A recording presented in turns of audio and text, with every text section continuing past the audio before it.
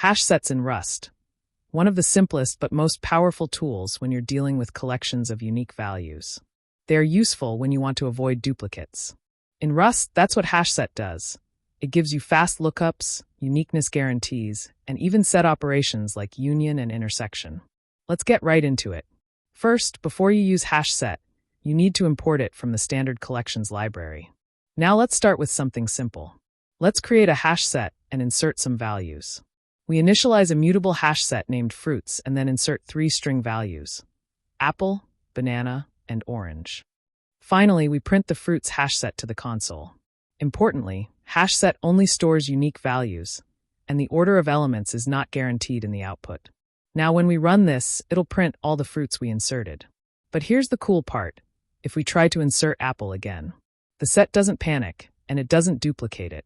It simply ignores it. That's the magic of HashSet. It automatically ensures each value is unique. Let's try printing the length to confirm. Even after inserting apple twice, the length will still be 3. Let's say you want to check if a certain fruit is in the set. That's super easy with contains. That runs fast because HashSet is optimized for quick lookups. What if you want to remove something? Poof! Banana is gone. Again, no errors, no crashes, clean and safe. You can also loop through a HashSet using a for loop. Notice I'm using ampersand fruits here because we're just borrowing. We don't want to consume the set.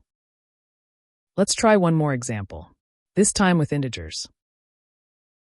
Still, the set contains only unique numbers. Now this is where things get spicy. HashSets support set operations, just like in math, union, intersection, difference. Here we initialize 2 HashSets, set A with elements 1, 2, 3, and set B with a 3, 4, 5. Let's do a union. This gives us all unique elements from both sets. Now an intersection.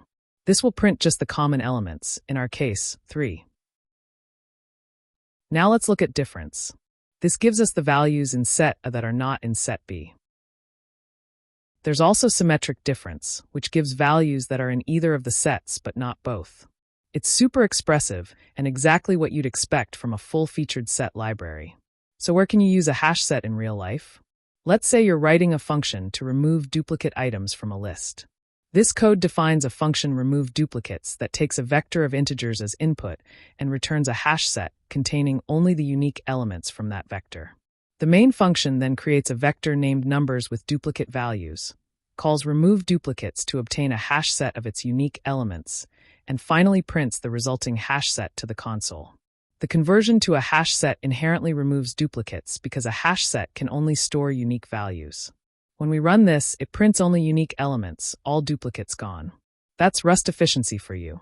Here is a quick challenge for you. Imagine you have 2 HashSets of strings.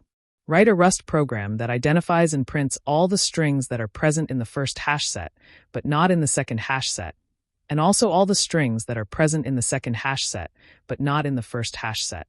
Now you guys know the power of HashSet in Rust. Simple to use, fast in performance, and packed with set theory functionality that can clean up your code big time. Remember, if your problem involves uniqueness or membership checks, HashSet should be your first instinct.